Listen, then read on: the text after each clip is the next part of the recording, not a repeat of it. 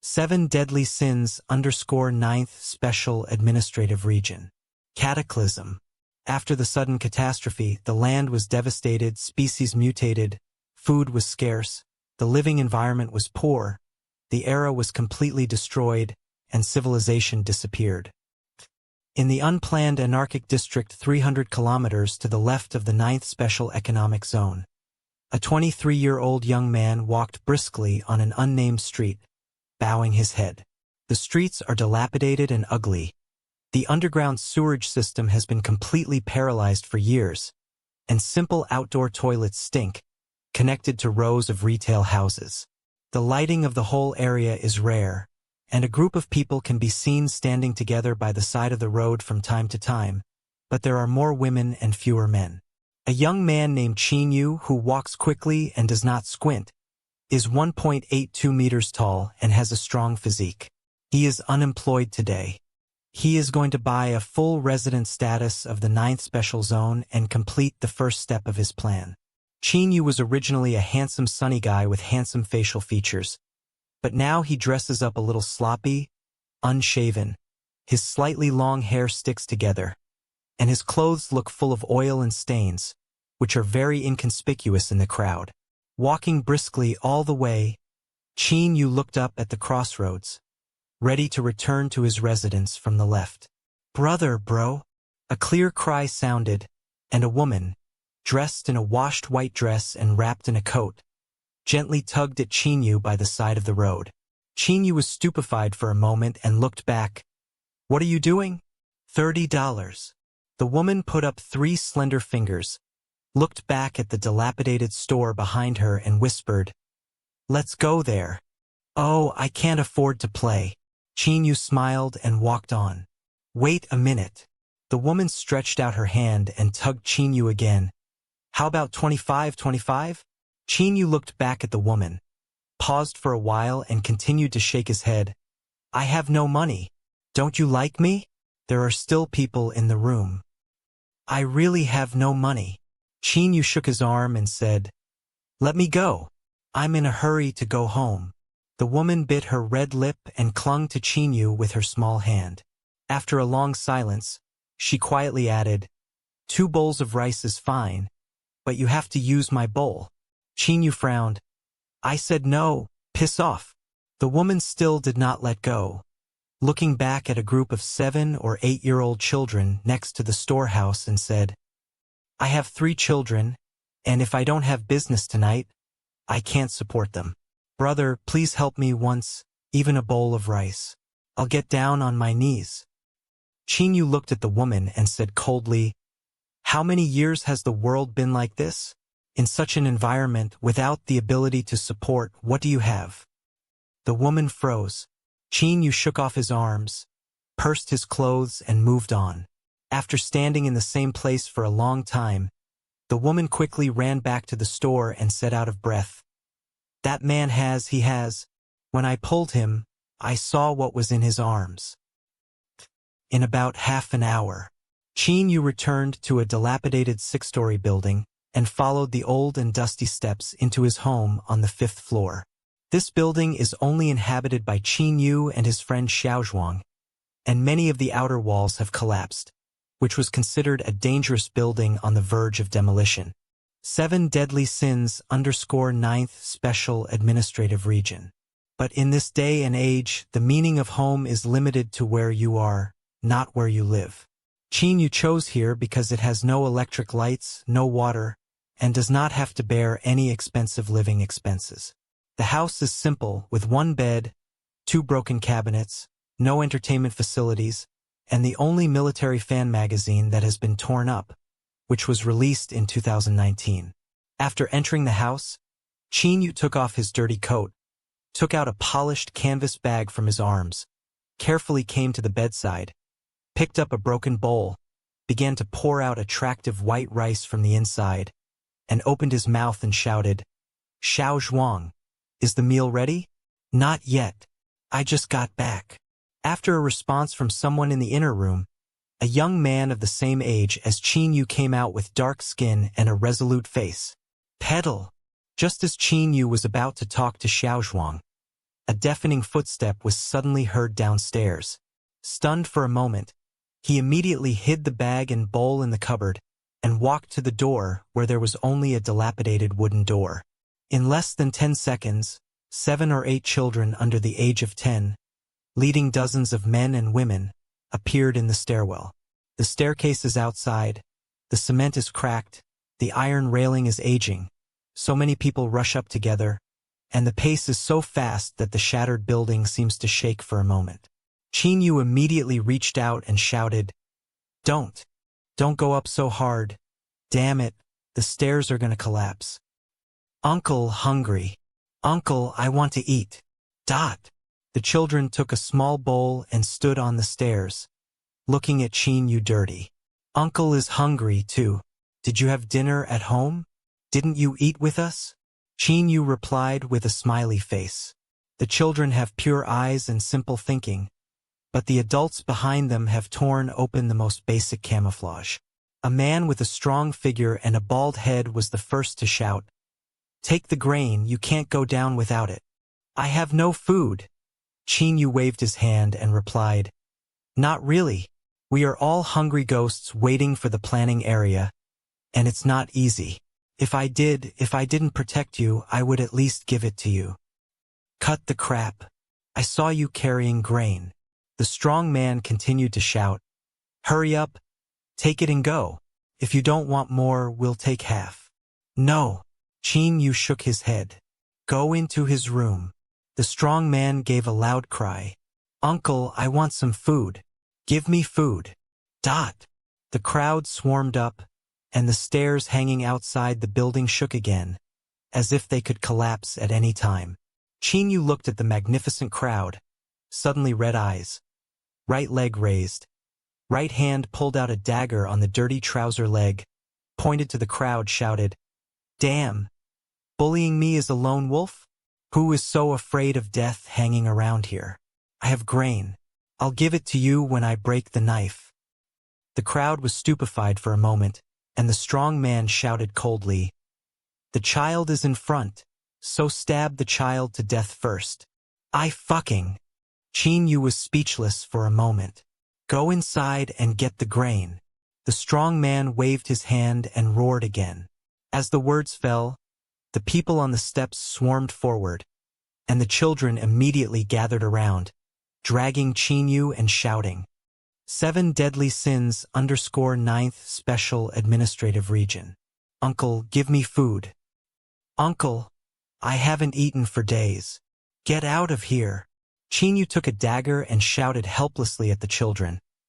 Otherwise I really stabbed. I stabbed. No. In the house, when Xiaozhuang saw a conflict at the door, he immediately stopped Chinyu and shouted to everyone, Don't be impulsive. Have something to say. The children were so hungry that they were not afraid of anything but Chinyu, while the adults in the rear had already squeezed out of the gap. Chinyu, with a strong figure, took a horizontal step and got stuck in the doorway, staring at his eyes and roaring, I only live by myself. Don't TM me. The crowd rushed to the door crazily, and no one paid any attention to Chinyu's words. Chinyu has been dragged by the short children to the door, but he cannot really stab, so he can only struggle to cope with the adults. Uncle, just give me a bowl of rice.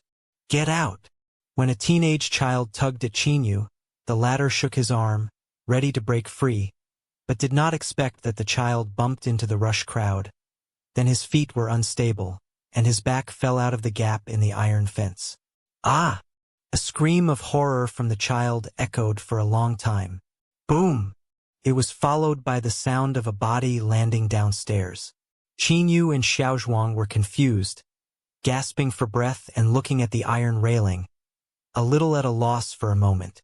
The crowd was quiet and the stairs were smooth again. Son, that child has fallen. Xiaozhuang urgently took the lead in shouting. Dozens of people turned around and looked downstairs with a blank expression, and after less than 2 seconds of silence, they collectively turned their heads around. And the child's mother was in a daze for a while, then rushed downstairs with a bang. Chinyu froze. Food. The child has fallen. and he will not be allowed to go without food. Rob him. Dot. The shouting was so overwhelming that none of the rest turned to look at the child who had fallen downstairs, but continued to huddle together and rush in. Xiaozhuang stood in the doorway, staring at the crowded crowd, knowing very well that if he didn't have some blood today, he would have to fight for his life. So he licked his lips and shouted, "Okay, Yunyobi, I admit it, I admit it. I'll get it for you." Hearing the sound, Qin Yu immediately grabbed Xiaozhuang's arm and ordered in a low voice, "No, not at all." Xiaozhuang looked at the magnificent crowd outside the door, stared and replied, "The grain has leaked. Without some sweetness, these people must not leave. It will be more troublesome for you to give sweetness." Qin Yu replied in a very serious tone, "I would rather work hard than let go." "Bullshit." Xiaozhuang had a different view from Qin Yu, and he insisted, "You are the only one who has a ring between us, but there are so many people outside, are you sure to calm them down? If we can't hold it down, then we must be robbed. They are already red-eyed. Can't you see? Just listen to me, and I'll go back and get the sound." "Xiao Yu, didn't you see it? The kids fell and they didn't leave, and these people are out of their minds." Xiaozhuang pulled away Qin Yu's arm and replied in a low voice, 7 Deadly Sins _9th Special Administrative Region. We have had enough to eat, and we have all changed what needs to be changed. Giving them a bowl of rice will not lose much to us, so I don't want to risk my life. I have a share of the grain and I have the right to decide how to use it." Qin Yu was speechless when he heard this. Xiaozhuang put himself in the right position and glared at the leader and shouted, "The planning area is also waiting for the survival of the planning area. Take the rice, stop making trouble and get out of here. If you can't starve to death, you must get out of here right away." The leader nodded. Hearing the sound, Xiaozhuang retreated, went back to the house to get a large bowl of rice, and placed it on the ground with a bang. "Get out." Dozens of people looked at the rice on the ground, all with a look of greed in their eyes, but did not take the initiative to take it. The leader was silent for several seconds, reached out and pulled off the cloth bag tied around his waist and poured the rice into it in one breath. "Get out!" Xiaozhuang drove away with an impatient complexion. The crowd stood motionless in the doorway, and the strong man, the leader, looked at the two, tied the rice on his waist with a sweaty forehead, and did not leave immediately. "Can't you understand me when I let you go?" Xiaozhuang frowned and drove away again.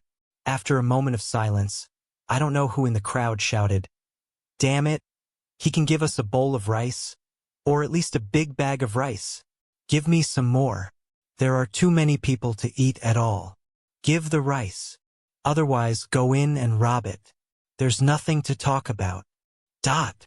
Shouting, cursing once again spread throughout the 6-story building, and this time someone in the crowd secretly took out the knife, murder weapon.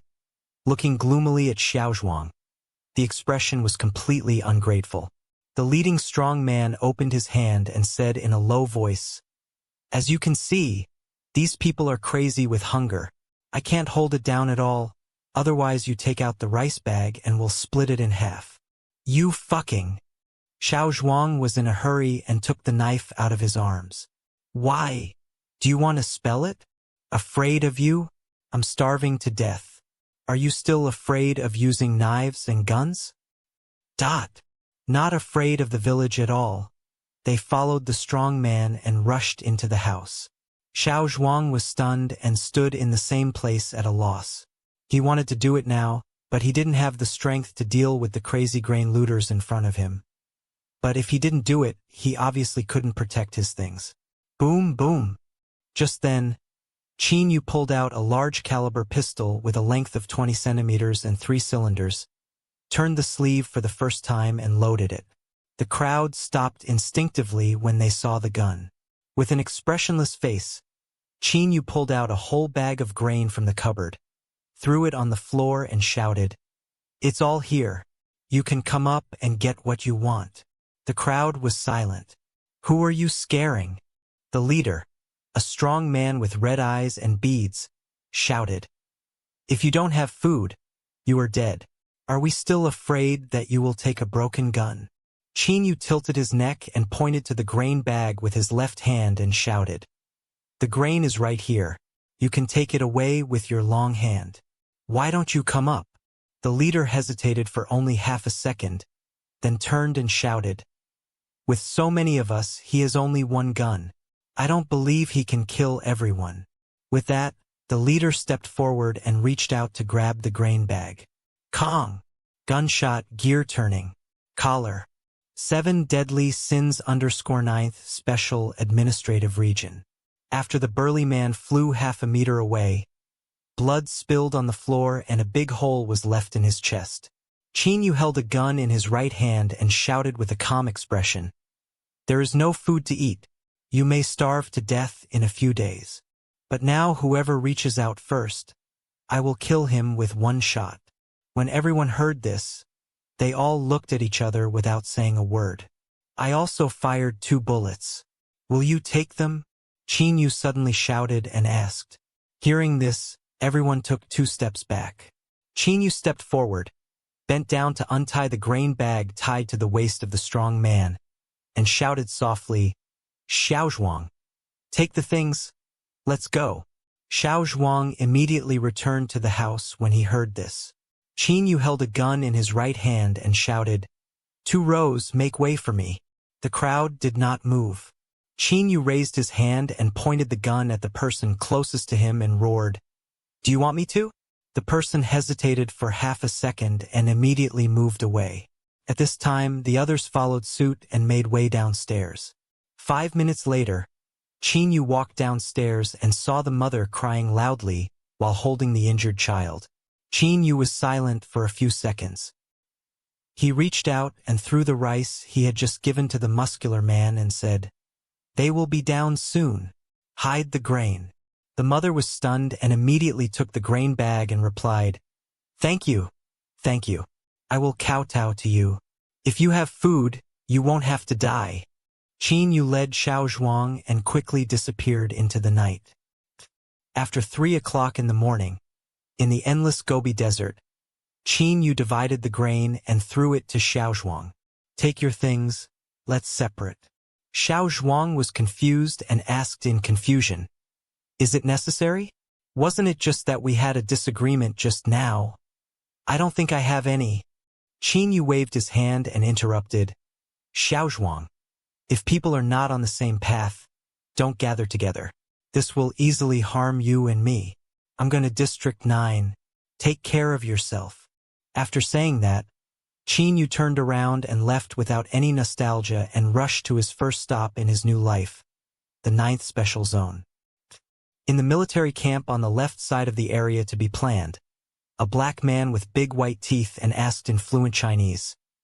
There was a gun fired inside just now. Do you need to go and take a look? What the hell? Food is being robbed here every day, and people are dying. They even dare to ambush troops' cars. Who are we? In the house, an old man smoking low-quality dry tobacco was lying lazily on a dilapidated wooden bed and responded. Chapter 1 New Arrivals to the 9th Special Administrative Region. Northern Asia, 9th Special Zone, Songjiang City. Standing in the office building of the Black District Police Department, affiliated to the Municipal Police Department, Chinyu smiled at a middle-aged man and asked, Is that all right? Well, come in. The middle-aged waved, turned and walked into the office on the left. Hearing the sound, Chinyu arranged his clothes, followed the middle-aged and went in. The office is not small, about 60 square meters, but there is only one person sitting behind the desk in the house. It seems that he can be about 40 years old, with a mustache and a fierce look. The middle-aged went to his desk, put 2 stacks of materials in front of the mustache man, and whispered, Director, this is the last one. Did you have a physical examination? The mustache picked up the information and asked, Yes. Well, go out. Good. After a few brief exchanges, the 2 left middle-aged. while Qin Yu took 2 steps forward, standing in front of his desk and saying nothing, only looking at the mustache to check his data. In the desk, the mustache frowned at the material and read softly, Qin Yu, 22 years old, 75 kilograms, 1.82 meters. Born before the epoch, he was originally from J City, H Province. Haha, this is not far from the present Songjiang. Before coming to work, I lived in the planning area. My parents were missing, suspected to be dead. No relatives. Yeah. Why is your resume blank? I don't have a resume. Qin Yu replied with a smile. It's hard to live in the planning area. You can do what you have to eat. How can you have a resume? Haha. 8-character Beard smiled. Before you come, you can write too randomly. This is not good looking without a resume system. Okay. I'll fill in some later. Qin Yu did not argue and immediately echoed a sentence. The mustache stared at the material and asked, No resume. That is to say, no service? Do you have any experience with firearms? Qin Yu shook his head without hesitation. No. Has there been any bad record of criminal punishment? No. Mustache meditated for a long time, slowly put down the materials at hand, looked up at Qin Yu and said with a smile, In the place where there is no law and restriction in the planning area, you can mix to the point of paying for a job and residence permit in the 9th Special Economic Zone. You little boy, it's a bit of an experience. No, Qin Yu smiled. It's just that I had better luck and met some dignitaries. The mustache picked up the water cup, looked up at Qin Yu, and nodded symbolically. Well, the boy looks very energetic. Qin Yu smiled and did not answer. The mustache put down the teacup and stepped in to look at Qin Yu, saying succinctly, The situation of the 9th Special Zone is quite special. Although it belongs to the administrative sequence of the coalition government, it has a high degree of freedom and autonomy, which is essentially different from the 8 regions. There are many ethnic groups here. Besides us yellow people, there are also many blacks and whites. The social environment is very complex, and there is indeed chaos in some areas that we want to change but cannot change for the time being. As a police officer, you have to adapt to the environment here in all aspects. I understand. Qin Yu nodded solemnly. Also, I don't care what experience you have had, but when you eat by my side, it's a dragon, you have to be coiled, it's a tiger, you have to lie down. Make trouble, make trouble. Chapter 1 New Arrivals to the 9th Special Administrative Region. I'll take care of you right away. Mustache with hands in hand, words insipid reminder. Li Si, I'm here to help you reduce your trouble. Qin Yu hey smile. Ha ha. Mustache smiled, clicked on the desk touchscreen phone and pointed his mouth at the radio mic. A few seconds later, a male voice sounded, Hello, Director. This is the first criminal investigation team. Where's Yuan Ku? Chief Li asked. Team Yuan is not here. He just went out. I'll add a new person to you. Come and pick it up quickly. Okay. That's it. Director Li touched the mustache, reached out and pressed the hang-up button. Wait at the door. Someone will lead you later. Learn the specific rules in the team. All right, Li Si. After nodding, Qin Yu immediately took 2 steps forward, took out a small black bag from his pocket and put it on the table. Xiao Qi specially instructed that the SAR police system is now the most difficult job to enter, and without your help, I don't even know how long I have to wait, so don't forget etiquette. Director Li picked up the bag and opened it. When he saw a diamond about the size of a soybean grain in it, he was slightly stunned. If there are capable people in the planning area, can you get this thing? Oh, I haven't seen it for years. Qin Yu smiled and did not answer. Director Li threw the small bag into the drawer and locked it, looked up and pointed to Qin Yu and said, You are not old. You really look a little textured. That's all I have. Qin Yu pretended to be honest and scratched his head. Seeing that Director Li did not leave for lunch immediately, he chatted with him for a few more words. A few minutes later, A fat young man of the same age as Qin Yu stepped into the room, stood upright, saluted and shouted, "Report to Lee that a team of third-class police constable Qi Lin has been ordered to lead his new colleague back to the team." Director Lee heard the sound and patted Qin Yu on the arm. "Do a good job and strive for the election at the end of the year, so that I can see you." "Hey!" Qin Yu nodded. "All right, go to the team." Director Lee casually pointed to Qi Lin and said, "Tell Yuan Ku to take care of this guy." For a diamond, Qin Yudwa chatted with Director Lee for less than 10 minutes and got one more word of care, but that seemed to be it. In the hallway, the chubby Qi Lin walked on the left side of Qin Yu and asked very talkatively, "Where did you come from, brother?" "Waiting for the planning area." "From that hellhole?" Qi Lin was stunned. "That's not easy." "A little luck." Qin Yu smiled. Qi Lin nodded and did not continue to get to the bottom of the matter. Because these days, lack of food and drink, it is difficult to live. Everyone may have some unknown secrets. While walking briskly, Qi Lin introduced the basic situation of the police department. This functional department is mainly responsible for the criminal work of an area, including public security, case detection, etc., but it does not include a series of administrative work such as household registration, naturalization, issuance of residence permits, immigration formalities, and so on. To put it bluntly, it is a bit like the district bureau before the era, but its functions are not fully subdivided. For example, Qin Yu's department should not only grasp major criminal cases, but also manage basic public security. Took more than an hour and Qi Lin led it. Chapter 1: New Arrivals to the 9th Special Administrative Region.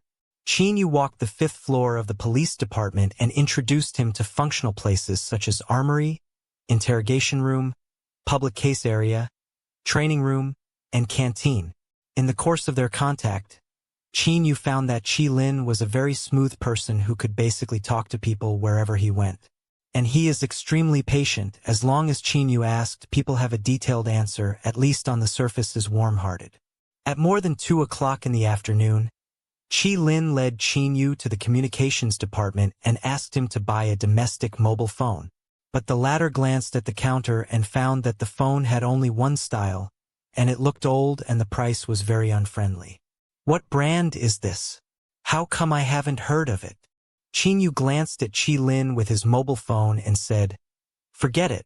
When I settle down, let's go out and buy it alone. It's too expensive here." Hearing the sound, Qi Lin smiled, turned around and looked at the guy sitting at the counter, then whispered to Qin Yu's ear and said, "You'd better buy it here." "Why?" Qin Yu was puzzled. For no reason. The Ministry of Communications is owned by a superintendent, but the counters that sell mobile phones are privately contracted. The boss is a friend of Captain Yuan, so the newcomers to the team buy mobile phones here. Qi Lin blinked and said, "As a newcomer, we'd better not be special. Although this phone is not very useful, it no longer has to dock the system with the Ministry of Communications. When your data is entered into the big system, enter your name and alarm number directly, and you can use it." Qin Yu has lived in an anarchic planning area for several years. Can he not understand the most basic human skills? So as soon as Qi Lin picked up his words, he did not insist any longer and said to the teller, "Then take one for me, thank you." Why bear the pain? Because Qin Yu is an extremely money-obsessed and stingy person. He wants to buy a pair of socks with a warranty manual. And it is precisely because of his personality that he is able to provide money to support himself at a critical moment and to come to the 9th Special Zone to buy a job. After taking the phone, Qi Lin took him away from the police department and went to a grocery store across the street. In August, although the sky is clear, it is still as cold as winter, and sporadic snow can be seen on the streets. Does it snow all the time in the Special Administrative Region? Qin Yu asked. For the next 3 years. Qi Lin answered. Damn it. Don't let people live. Qin Yu shook his head and sighed. As they chatted, they walked into a large grocery store. Qin Yu entered the door and glanced around, patted the small mud idea on the leg with his hand, and said with a smile, "This shop is very big. There are no people. Just look around and buy whatever you need." Chi Lin took a sip of the electronic cigarette. Qin Yu heard the sound of strolling around the shelves, but the more he frowned, he slipped back and forth for more than 10 minutes, but he didn't take a single piece of goods. "Why don't you take something?" Chi Lin came over from the counter and asked a question. Qin Yu frowned and looked at Chi Lin and blinked and asked, "Brother, are you asking? What's the matter?" "The price of the goods in this room is at least 30% higher than that outside, and many of them are fakes." I pinched the quilt and it looked like a steel wire ball. "It was all stuck in my hand, brother." The goods are not so good. Chapter 1: New arrivals to the 9th Special Administrative Region. But all the newcomers to our superintendent buy it here. "Why?" Qin Yu was puzzled. "Because this shop is owned by Captain Yuan's cousin," Chi Lin whispered. "It can be regarded as the purchasing unit designated by the superintendent." Hearing the collapse of his expression, Qin Yu held back for a long time and replied, "Then I would like to ask, is Secretary Li shopping here, too?